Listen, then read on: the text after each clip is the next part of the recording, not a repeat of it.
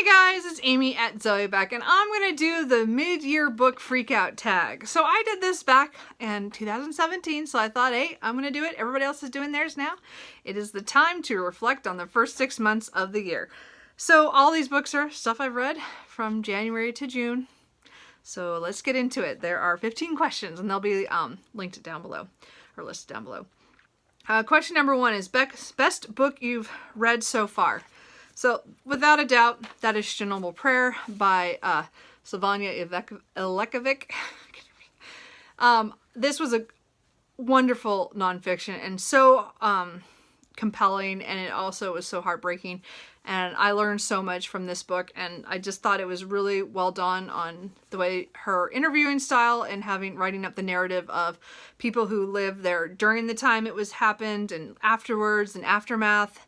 And or people who were sent there to work there. It was so good. I mean, I have bought other books by her that I want to try to get to here at some point, but this book blew me away. And again, I read this in January, and this is still my favorite book of the year so far. Sorry. Question number 2 is best sequel that you've read so far. I'm going to go with Nalini Singh and Ocean Light. This is book number 17 in her Psy Changeling series. Again, she's one of my favorite authors, one of my favorite series that I reread all the time. Again, I love this book. Maybe not my favorite of all her books, but it was definitely a solid sequel, and it's definitely the best sequel that I've read so far this year. Let's see here.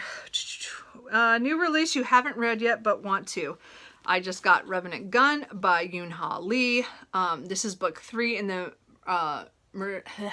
Machineries of Empire series. I really love Nine Fox Gambit and Raven Stratagem. Anyway, I love these books. So I'm really excited to read the 3rd and final book in this series. As I said, I've really enjoyed it, even though it's a really weird sci-fi and it's hard to explain, but I am looking forward to that. Number 4, most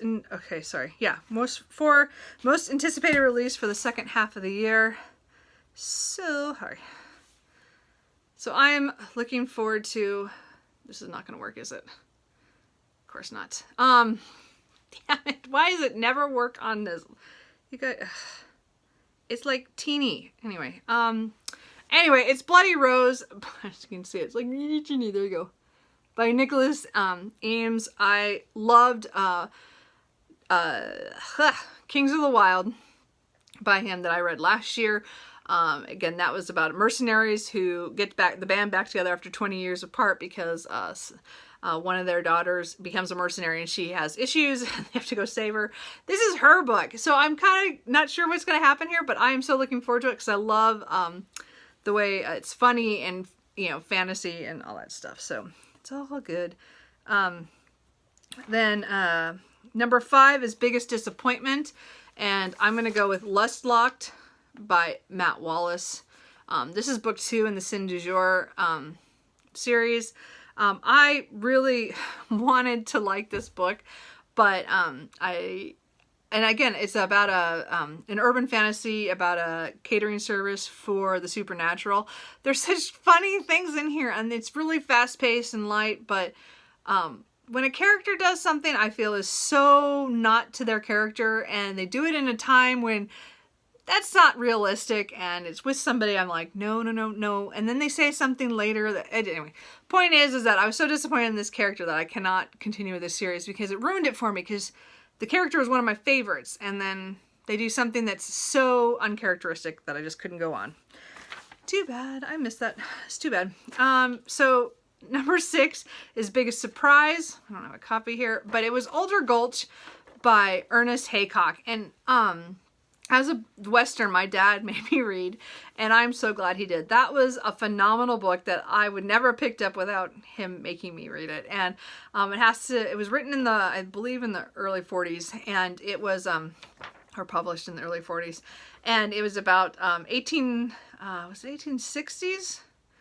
1860s or 1880s, like gold rush in Montana.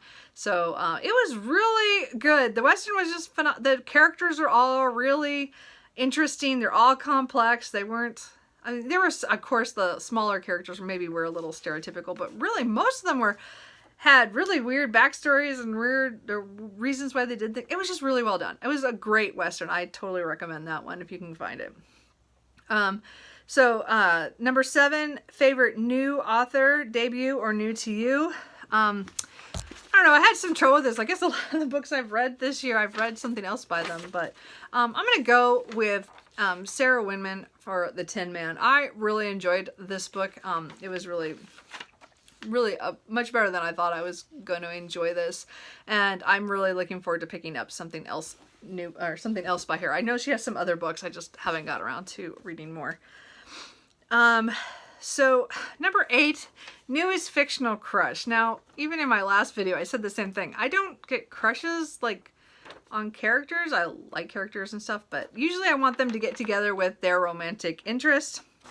So I'm going to go with what is really kind of a tie in number 8. Number 8 is the favorite fictional crush, but really what I want to talk about is my newest favorite character. And I'm going to go with characters. And those are Margaret Hale and John Thornton in North and South by Elizabeth Gaskell. These two were so well done in this book. I am still like reeling because I just finished this book a few days ago. But I thought they were really well put together, and they are my favorite characters because they were true to themselves. Like, I think that was really big. Like, they made sense, like, why they did certain things. And again, as I said, why my disappointment was because I didn't feel that happened. This was really well done, and I love both of them so much right now. So I'm guessing I would kind of combine those two questions together, I guess. So number 10, a book that made you cry. Technically, this is the closest it came. I did not cry per se, but my heart got ripped out several times while reading this book. So I'm going to say it was close. It was very, very close to crying. I just haven't had a cry book so far this year. Question number 11, book that made you happy. I'm going to say 2 books so far, and I'm sure the 3rd book will make me feel the same way. And that is the Bring Down Heaven series by Sam Sykes. The City Stained Red and The Mortal Tally are the first 2 books in that trilogy. And they just make me happy because I laugh so much and I cry. I mean, not cry, but my characters do the stupidest things and crazy things, and they're just wonderful. I just love these books.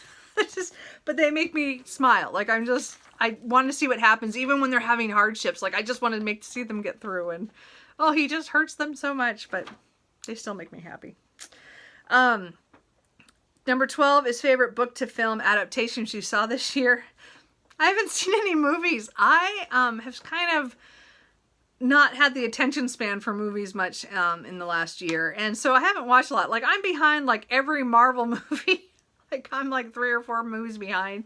I'm really behind on stuff. So I've not seen any book to movie adaptations. I did start to try to watch the North and South BBC adaptation, and after 5 minutes I had to stop it because they were already making changes. So I might still continue with that, but at this point, I don't have anything that I've actually seen that is right. I mean, I'm rewatching The Lord of the Rings right now because I got a new TV. So does that count? Anyway. Number 13, favorite review you've written this year, or Booktube is favorite video you've done so far this year. So I don't have a video that I think I really like, one video I really like. I do want to say that I like that I've changed my formatting on review, or going through what books I've read to my wrap-ups to a weekly update, because to me, when I waited till the end of the month, I didn't quite remember everything I wanted to say about the book that I just read, I'd read weeks before. So by doing a weekly reading update, every week I get to talk about what I read, and it's fresh and I get more out of it. And I hope other people get more out of it that way too. But it just, for me, it was much better changing that format to that, and I'm really enjoying that. And so, I mean, it's not one specific video, it's a kind of video that I do a lot of. Anyway. Question number 14 is most beautiful book you've bought so far this year or received.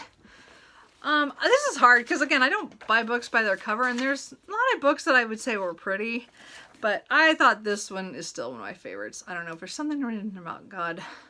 Blind by Anna Stevens. I have not read this yet, but it's really pretty. I really like this. I don't know. I was attracted to the cover.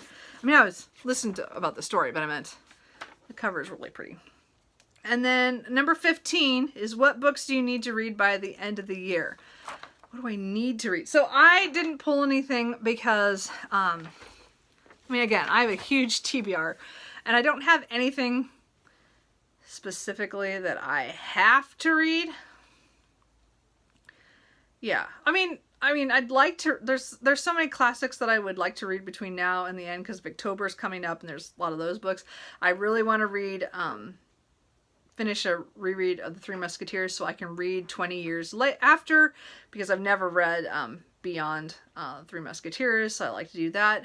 Beyond that, the only other book would be, and I just didn't bring it here, but the third book in the Bring Down Heaven trilogy is pretty much the only other book that I say I have to read by the end of the year because God's Last Breath is the last book and I want to read that here probably the next month or two. So that's probably like the only one I would say I have to read because I want to finish this series out and I really am enjoying it. So I guess I'm going to go with that. So anyway, so that is the mid-year book freakout tag. If you've done this, let me know, or hey, go ahead and do this. This is really fun to kind of look back at what kind of books you've been reading. I'm actually surprised at a lot of the weird books I've picked up this year so far. Very eclectic, I'll have to say. I'm all over the board, and I was hoping for more like loves and favorites than I actually found that I have. So I'm hoping the second half of the year I will have more books to add to a, best of 2018 list at the end of the year. Right now, my list is a little small. So, I mean, I've still read 39 books. A couple of those were rereads that I was able to count, but there's still time. So we'll see what happens in the next half. So anyway, hope you guys enjoyed this, and I will talk to you guys later. Bye.